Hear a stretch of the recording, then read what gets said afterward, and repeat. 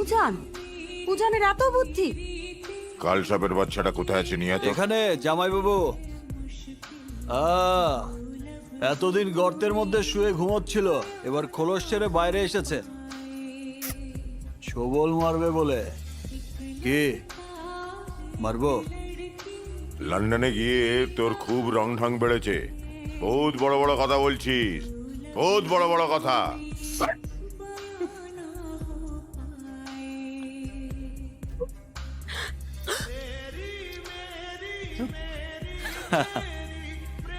কি জামাই বাবু, ছবল কেমন লাগলো?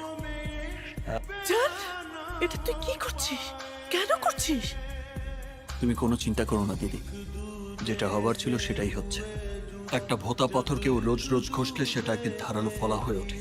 এতদিন মার খেয়েছি, এবার মার দেব।